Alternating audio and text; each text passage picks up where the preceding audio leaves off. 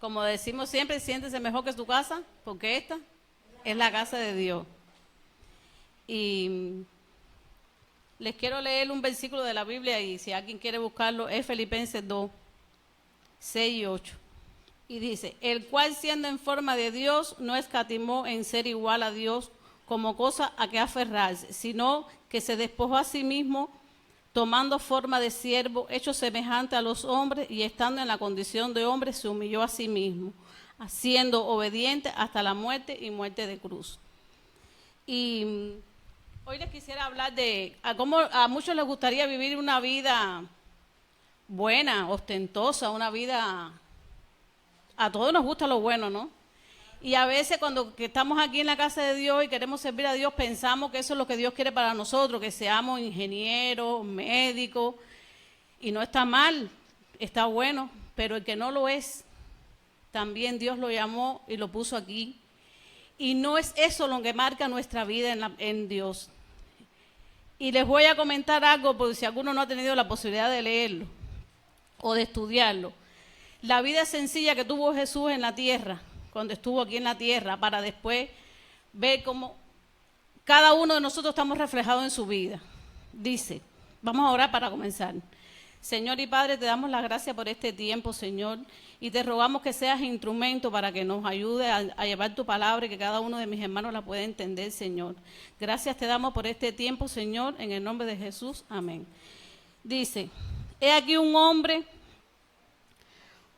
que nació en una aldea insignificante, creció en una aldea oscura, trabajó en una carpintería hasta los 30 años, nunca escribió un libro.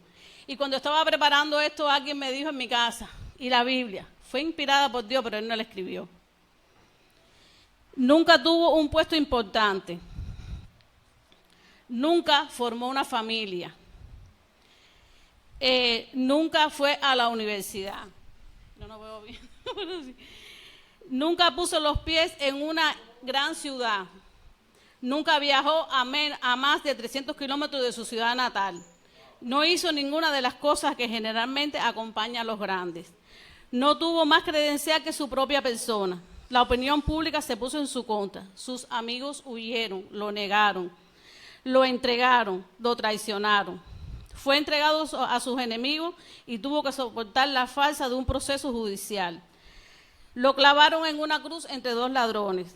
Mientras agonizaba, los que estaban allí, los que estaban ejecutando, se disputaban lo único verdadero que él tuvo, su túnica. Lo sepultaron en una tumba prestada por la compasión de un amigo. Según las normas sociales de la época, su vida fue un total fracaso. Han pasado 20 siglos y es la pieza central del ajedrez de la historia en la vida de la humanidad. No es exagerado decir que todos los ejércitos que han marchado, todas las armadas que se han constituido, todos los parlamentos que han sesionado, todos los reyes y autoridades que han gobernado, puestos juntos, no afectaron tan poderosamente la historia como la afectó Jesús. Dice, marcó un antes y un después. Y todo el mundo sabe que fue, ¿cómo se dice? Porque a mí me gusta mucho escribir y leer. Y siempre dicen, antes de Cristo o después de Cristo. Y la historia se dividió al medio. ¿Y quién lo marcó? ¿Quién sanó a los enfermos? ¿Quién dio de comer a más de 5,000 personas? Y cuando aquellos se contaban nada más que los hombres. ¿Quién hizo resucitar al muerto? Y por eso también lo trataron como loco. Alguien que fuera del círculo donde ellos se movían, alguien que, por supuesto, humanamente no podían creer lo que estaba sucediendo. Y Jesús tuvo dos cosas. Y es lo que nosotros tenemos que centrarnos. Jesús fue obediente. Y el propósito por el que Él vino a la tierra fue cumplido. Miremos nosotros a ver cuál es nuestro propósito en la tierra y hagamos lo que hizo Jesús. Jesús vivió una vida sencilla y nos dejó el mejor de los ejemplos. Cuando estaba allí orando, ¿qué fue lo que dijo? Padre, si tú puedes, pasa, pero que se haga tu voluntad y no la mía. Y él sabía porque era humano, cuando lo clavaron que le estaba doliendo. Porque no era, él se hizo hombre y lo sufrió en carne propia y estaba allí por nuestros pecados, por los tuyos y por los míos. Él no tenía ninguno, pero obedeció la palabra. Y a veces es difícil, yo soy madre y uno se pone a pensar y nadie da un hijo para que le hagan eso. Y sabiendo que voy a dar yo un hijo mío por los pecados de la gente. Humanamente eso es lo que pensamos, pero Dios... Dicen que su inteligencia sobrepasa todo entendimiento y es por eso que nosotros no podemos entender lo que dice. Rompió con todos los prejuicios de la sociedad. Él no hizo acepción de personas, él no sanó al hijo del médico, ni fue donde estaba el gobernador por interés de vivir bien para que le diera dinero, ni para tener un buen carro. Él hizo el milagro donde llegó y lo llamaron. A quien llegó y tocó, como dice la gente, a la puerta, ahí él hizo el milagro, a quien creyó en él. Porque la mujer de flujo de sangre ni lo vio, solamente tocó su manto y creyó que ese hombre lo iba a sanar. Y por eso fue sano. Y nosotros hoy estamos aquí y a veces no creemos. Estamos todos los días aquí en la iglesia y a veces no somos capaces de pensar, ni tan siquiera el beneficio tan grande que tenemos de ser sus hijos. Como ese pastor nos enseñaba, somos herederos, somos escogidos, somos real sacerdocio, no somos cualquier cosa, como el pastor siempre dice, no somos una cucaracha. Y si nos dejamos escachar, si dejamos que otra persona tome nuestro lugar, porque estamos sentados ahí muy cómodos, porque Jesús podía haber seguido donde él estaba.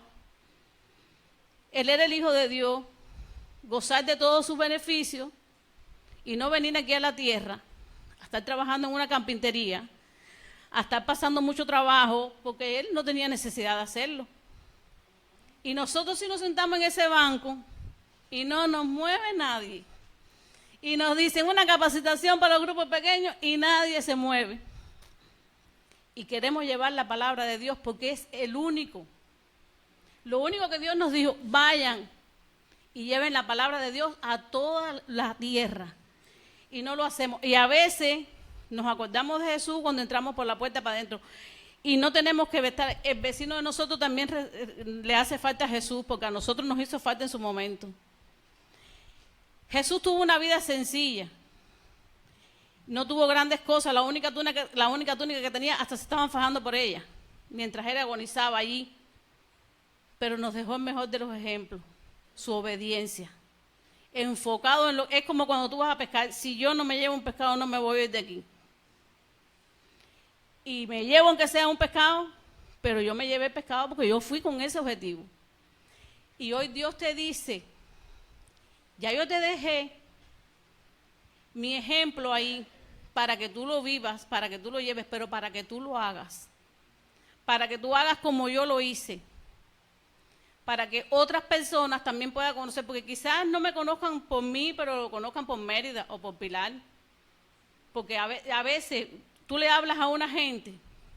A mí, yo siempre trabajé con Leticia, la enfermera, que todo el mundo la conoce, y Leticia toda una vida ha ido a la iglesia. Leticia a mí nunca me habló de nada de Dios. Increíblemente, nunca.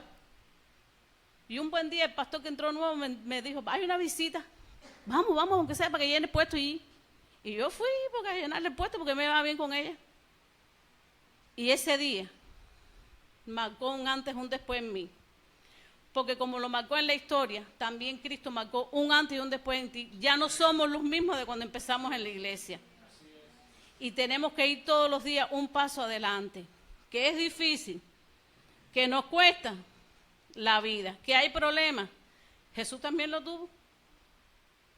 Él no tuvo problemas. Lo negaron las personas que andaban con él, a la gente que, sus discípulos, a los que él estaba preparando para que se quedaran aquí en la tierra para hacer su trabajo, lo entregaron por unas monedas. Lo negaron. A nosotros nos han hecho todo eso y lo van a seguir haciendo. Pero si es por él, bienaventurados somos, como decía la pastora. Bienaventurado 3 veces, pues bienaventurado 3 veces. Porque ya Jesús nos dejó el ejemplo. Y nos dejó la vida sencilla que él dejó aquí, reflejada, y que la gente sabe cuál fue su vida. Nos dejó para que viéramos que no tenemos que ser grandes personas, que no tenemos que hacer grandes sacrificios, ni ser el mejor constructor, alguien me decía, pero es que yo no estudié, yo llegué hasta 5º grado, le dije, si Dios te llamó y sientes eso en tu corazón es suficiente, porque no hay que ir a la universidad, porque no hay que tener nada grande para solamente ser obediente y conocer a Jesús. Conocer la Biblia, porque sus promesas están ahí para ser cumplidas. Como la pastora decía, cuando nosotros diezmamos o ofrendamos, estamos cumpliendo un mandato. Pues entonces cuando diezmamos y ofrendamos, después Él está comprometido a darnos la bendición. Nosotros primero cumplimos y dejan eso tranquilo, que ella dijo, y ahora pruébenme. ¿Y de dónde Dios dice eso? ¿En cuántas partes de la Biblia Dios dice, ahora pruébame? Cuando el pueblo hebreo estaba batallando, ¿qué dijo? Sabían que Moisés le dijo, levanta las manos, mientras tú tengas las manos levantadas, vas a ganar. Pero sabía que se iba a cansar y dijo, Josué y Aarón a los lados. ¿Y qué hacían ellos? No entendían. Levanten los brazos cuando él se le bajen. Porque cuando los brazos de Moisés bajaban, el pueblo perdía la batalla. Por eso es que estamos todos aquí, porque todos somos una gran familia. Y porque cuando yo tenga mis brazos caídos, ahí está Claribel para levantarlos. Eso fue lo que Dios nos mandó a hacer. Nos dejó el mejor de los ejemplos. Y piensen y analicen para que ustedes vean que Dios lo dejó. El mejor de los ejemplos lo dejó Él como amigo. Él no buscó a Judas y le cortó la cabeza. Él lo dejó. Ese ya lo traicionó, ya Él lo sabía. Él lo sabía desde que lo puso ahí en la mesa, desde que estaban en la mesa para comer. Él sabía quién lo iba a negar, quién lo iba a traicionar. Él le dijo, tú levántate y vete. Y nosotros sí escogemos a veces a las personas. Y hoy Dios te dice, sigue mi ejemplo y mi vida sencilla que viví. Es la que tú tienes que vivir hoy aquí.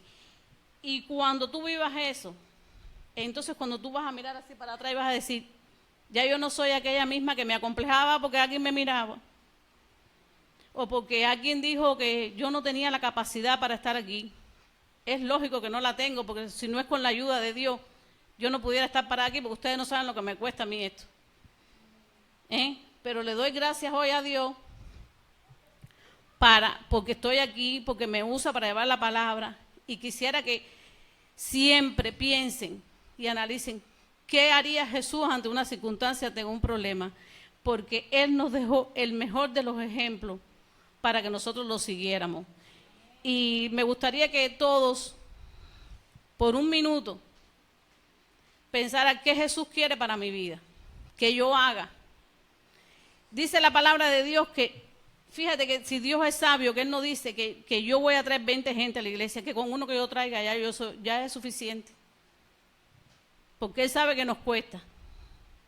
Pero si cada uno de nosotros seguimos lo que dice Jesús y conocemos la vida, porque tú sabes lo que es que Jesús, el Hijo de Dios, no caminó más de 300 kilómetros. Cuando yo estaba haciendo esto yo me quedé fría, yo pensé que había viajado al mundo entero. Nunca salió de su ciudad natal, está medio parecido a mí. No sé ni ir a La Habana sola. Pero Dios me puso aquí, con mis imperfecciones, así como soy. Y esta es la palabra que yo le quería traer hoy en esta mañana, porque piensen y analicen, no somos los mismos, pero ¿qué tenemos que hacer? Obedecer y poner en práctica lo que vamos a hacer. Y el reino de Dios necesita mucha gente para trabajar y para llevar su palabra, eso es verdad, y preparárselo, pero a veces no estamos dispuestos, porque nos queremos quedar en la conformidad de la casa, lavar, planchar y limpiar, porque todo está hecho, porque el almuerzo para que esté hecho. Y que, bueno, esa gente que trabaja, no sé cómo lo hacen, pero a nadie le interesa cómo yo lo hago. Si yo vengo el domingo, pero no importa. Ellos son los líderes, ellos son, Dios es para todos mismo.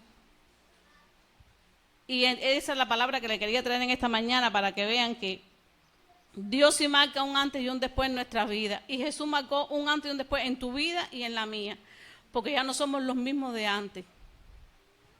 Porque somos diferentes, pero llevar su palabra, conocer cómo Él vivió, nos da la capacidad de saber que cualquiera de nosotros puede estar en el lugar que Dios eligió para uno.